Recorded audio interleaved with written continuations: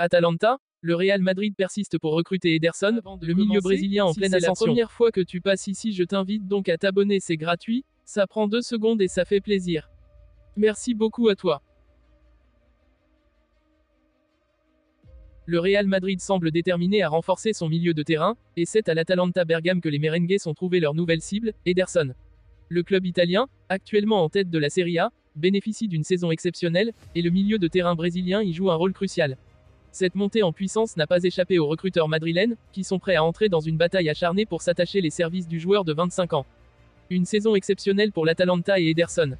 Dans un championnat où des géants comme l'Inter Milan, la Juventus ou le Milan AC dominent habituellement les débats, l'Atalanta surprend en trônant en tête du classement. Cette réussite est en grande partie due à l'équilibre et à la solidité de son milieu de terrain, dont Ederson est l'un des éléments clés. Depuis le début de la saison, le Brésilien a participé à 23 rencontres, inscrivant 2 buts et délivrant une passe décisive. Au-delà des statistiques, son impact sur le jeu de l'Atalanta est indéniable. Polyvalent, technique et doté d'une grande capacité à récupérer et distribuer le ballon, Ederson est devenu indispensable dans le dispositif de Gian Piero Gasperini. Ses performances n'ont pas seulement attiré l'attention des observateurs de la Serie A. Les grands clubs européens, toujours à la recherche de talents pour renforcer leur effectif, ont rapidement repéré son potentiel. Le Real Madrid dans la course, avec le FC Barcelone en embuscade. Alors que le FC Barcelone aurait fait du milieu brésilien une priorité pour renforcer son effectif, le Real Madrid n'est pas en reste. Les deux éternels rivaux espagnols se retrouvent une nouvelle fois sur un même dossier, rendant cette course encore plus palpitante. Pour le Real Madrid, Ederson représente bien plus qu'un simple renfort. La blessure d'Eduardo Camavinga, combinée aux besoins de rotation pour préserver des cadres comme Luka Modric et Toni Kroos, pousse le club madrilène à chercher un joueur capable de s'imposer rapidement. Ederson, avec son expérience en Serie A et son profil box-to-box, correspond parfaitement aux besoins des merengues. D'après les informations du journaliste brésilien Romulo Giacomin, le Real Madrid suit de très près l'évolution du joueur et serait prêt à formuler une offre conséquente pour convaincre l'Atalanta. Cependant, le club italien reste inflexible, pas de départ en janvier. L'Atalanta prête à résister aux offres. Sous contrat avec la DEA jusqu'en juin 2027, Ederson est une pièce maîtresse du projet sportif de l'Atalanta. Le club, conscient de la valeur de son joueur, l'a évalué à 60 millions d'euros. Une somme qui pourrait grimper si les enchères entre le Real Madrid et d'autres prétendants s'intensifient. Malgré l'intérêt grandissant, l'Atalanta ne semble pas prête à se séparer de son milieu de terrain, du moins pas avant la fin de la saison. Avec la perspective de remporter la Serie A et de faire bonne figure en Europe, la direction bergamasque considère Ederson comme intransférable à court terme. Néanmoins, dans le football, rien n'est jamais certain. Une offre astronomique pourrait-elle faire plier le club italien? Les prochains mois s'annoncent décisifs. Pourquoi Ederson intéresse tant le Real Madrid? Pour Carlo Ancelotti, Ederson possède toutes les qualités nécessaires pour s'intégrer dans le milieu de terrain madrilène. Sa polyvalence lui permet de jouer à plusieurs postes, que ce soit en tant que relayeur ou en position plus défensive. De plus, son profil jeune mais expérimenté correspond à la politique actuelle du Real Madrid, qui mise sur un mélange de talents confirmés et de jeunes joueurs prometteurs. Avec des joueurs comme Jude Bellingham, Aurélien Tchouaméni et Federico Valverde déjà présents, Ederson apporterait une dimension supplémentaire. Sa capacité à casser les lignes avec des passes précises et à contribuer défensivement ferait de lui un atout précieux dans les compétitions nationales et européennes. Un transfert inévitable à long terme. Même si l'Atalanta résiste pour le moment, il semble difficile d'imaginer Ederson rester en Serie A à long terme. Les clubs comme le Real Madrid ou le FC Barcelone disposent non seulement des moyens financiers pour faire une offre irrésistible, mais aussi d'un attrait sportif difficile à égaler. Pour Ederson, rejoindre un club de la stature du Real Madrid représenterait une étape logique dans sa carrière. Passer de la Serie A à l'un des plus grands clubs du monde lui offrirait une visibilité accrue, des opportunités en Ligue des Champions et la possibilité de jouer aux côtés des meilleurs joueurs de la planète. Un dossier à suivre de près. Le Real Madrid semble déterminé à ne pas lâcher Ederson, malgré l'intransigeance affichée par l'Atalanta. Avec un contrat qui court jusqu'en 2027 et une valeur estimée à 60 millions d'euros, ce transfert s'annonce comme l'un des feuilletons les plus passionnants du mercato à venir. Si le milieu brésilien poursuit sur sa lancée, les merengues pourraient bien redoubler d'efforts pour l'attirer dans leur rang, quitte à faire une offre difficile à refuser. En attendant, les supporters madrilènes et bergamasques devront patienter pour voir si cette opération se concrétisera. Une chose est sûre, Ederson est un nom à surveiller de très près dans les prochains mois. Cristiano Ronaldo dénonce l'injustice du Ballon d'Or et se lâche sur la Ligue 1 lors des Globe Soccer Awards. Ce vendredi, lors de la 15e édition des Globe Soccer Awards à Dubaï, Cristiano Ronaldo a pris la parole devant un public de célébrités du football et des figures emblématiques du sport mondial. L'occasion pour l'attaquant portugais de se livrer sur plusieurs sujets brûlants, de son point de vue sur Vinicius Junior et le Ballon d'Or, à ses critiques acerbes de la Ligue 1 et ses projets d'avenir après sa retraite. Le gala a été marqué par de nombreuses récompenses pour le Real Madrid. Carlo Ancelotti a été élu meilleur entraîneur, Jude Bellingham a reçu le prix du meilleur milieu de terrain, et même Thibaut Courtois a été honoré pour sa carrière exceptionnelle. Vinicius Junior, quant à lui, a été sacré meilleur attaquant et a remporté le titre tant convoité de meilleur joueur de l'année, couronnant une saison époustouflante avec le club madrilène, notamment après sa performance décisive en finale de la Ligue des Champions. Cependant, c'est sans surprise Cristiano Ronaldo qui a attiré l'attention des médias et des fans, surtout avec ses déclarations percutantes. Cristiano Ronaldo exprime son désarroi concernant le Ballon d'Or. Bien qu'il soit l'un des joueurs les plus titrés de l'histoire du football, avec 5 ballons d'or à son actif, Cristiano Ronaldo n'a pas hésité à remettre en question le dernier lauréat de ce trophée tant convoité. Lors de son intervention, le Portugais a déclaré : « C'était injuste, et je le dis haut et fort. » Il a exprimé sa conviction que Vinicius Junior méritait largement ce trophée, en particulier après sa performance brillante lors de la finale de la Ligue des Champions, où il a inscrit un but décisif. Vinicius a gagné la Ligue des Champions, il a marqué en finale, c'est quelque chose d'énorme. Rodri le méritait aussi, mais Vinicius a prouvé sa valeur à un niveau international, a souligné Cristiano. Selon lui, le critère de la victoire en Ligue des Champions devrait être pris davantage en compte, et l'absence de Vinicius sur le podium final était injustifiable. Un tacle direct à l'attribution du Ballon d'Or, qui a sans doute ajouté de l'huile sur le feu des débats qui secouent régulièrement la planète football. Cristiano Ronaldo, fidèle à son caractère sans filtre, n'a pas hésité à affirmer que le choix des lauréats ne correspondait pas toujours à la réalité du terrain. Ces déclarations ont évidemment alimenté les discussions, soulignant une fois de plus l'intensité des rivalités entre les stars du football mondial. Des projets d'avenir après sa retraite. Cristiano Ronaldo a également évoqué son avenir après la fin de sa carrière de joueur. Bien que certains imaginent déjà une reconversion rapide de la star en tant qu'entraîneur ou président de club, Ronaldo a coupé court à ces spéculations.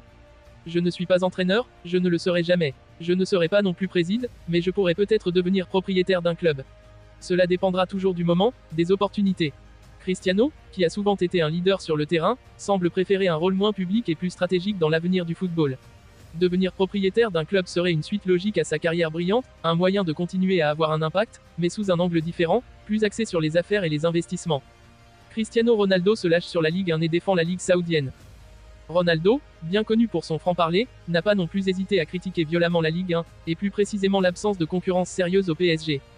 En France, il n'y a que le PSG. Les autres sont finis, je me fiche de ce qu'ils disent. En France, il n'y a que le PSG. Les autres essaient de concurrencer, d'accord, mais le PSG est le plus fort.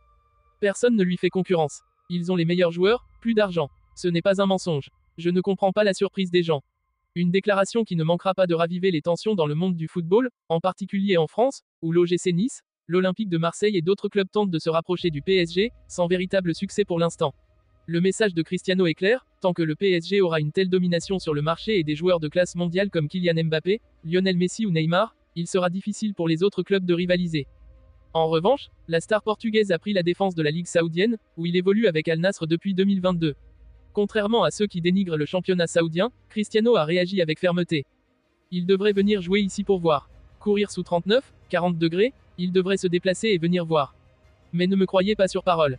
Ronaldo a une fois de plus voulu souligner la difficulté et l'intensité du championnat saoudien, invitant les sceptiques à venir vivre l'expérience de jouer dans des conditions extrêmes. Cette sortie semble répondre à ceux qui remettent en question le niveau de jeu en Arabie Saoudite, pays qui attire de plus en plus de stars internationales grâce à des investissements colossaux dans le football. Conclusion, un Cristiano Ronaldo plus affûté que jamais. Les déclarations de Cristiano Ronaldo lors des Globe Soccer Awards à Dubaï n'ont pas manqué de créer des vagues. Entre son soutien inébranlable à Vinicius Junior, ses projets d'avenir dans le football et ses critiques acerbes envers la Ligue 1 et la Ligue saoudienne, CR7 a une nouvelle fois prouvé qu'il ne mâchait pas ses mots. Cette soirée à Dubaï a donc été l'occasion pour la star portugaise de donner sa vision du football mondial, tout en restant fidèle à son caractère de leader. Son influence continue de dépasser les frontières du terrain, et ses déclarations risquent de résonner pendant longtemps dans les débats du football international.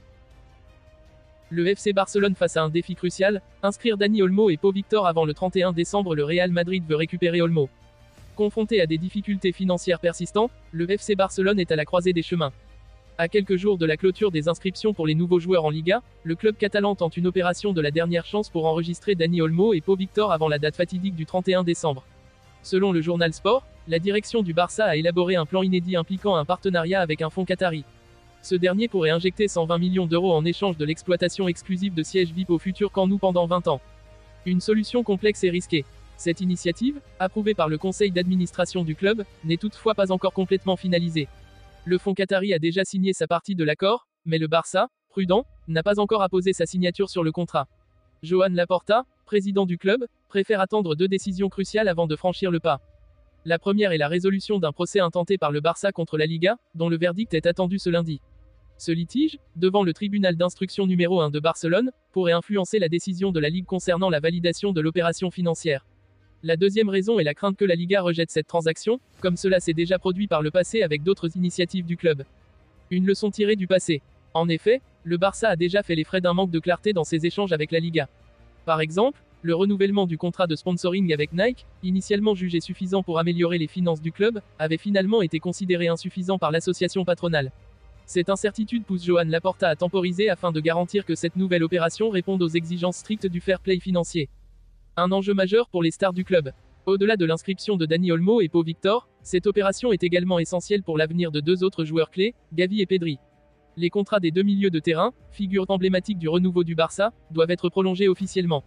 La validation de l'accord avec le fonds qatari permettrait de sécuriser ces prolongations et de mettre fin aux rumeurs entourant leur avenir. Ces prolongations sont capitales non seulement pour maintenir la compétitivité de l'équipe, mais aussi pour envoyer un message fort aux supporters et aux investisseurs. Malgré ces défis financiers, le FC Barcelone reste déterminé à construire une équipe solide pour les années à venir. Le Real Madrid entre dans la danse. Pendant que le Barça lutte pour stabiliser sa situation, son rival historique, le Real Madrid, surveille de près la situation de Dani Olmo. Selon plusieurs sources, les merengues s'envisageraient de recruter l'international espagnol gratuitement dès janvier, si le Barça échoue à l'inscrire avant la fin de l'année. Ce coup de théâtre potentiel viendrait ajouter une nouvelle dimension à la rivalité entre les deux clubs. Dani Olmo, formé à la Masia avant de partir briller en Bundesliga, est vu comme un joueur idéal pour renforcer le projet sportif du Barça. Le voir rejoindre le Real Madrid serait un coup dur pour les Blaugrana, tant sur le plan sportif que symbolique. Des finances sous haute surveillance. Cette situation met en lumière les difficultés structurelles auxquelles le FC Barcelone est confronté depuis plusieurs années. Les dettes accumulées et les restrictions imposées par la Liga ont limité la marge de manœuvre du club sur le marché des transferts et pour la gestion de ses effectifs.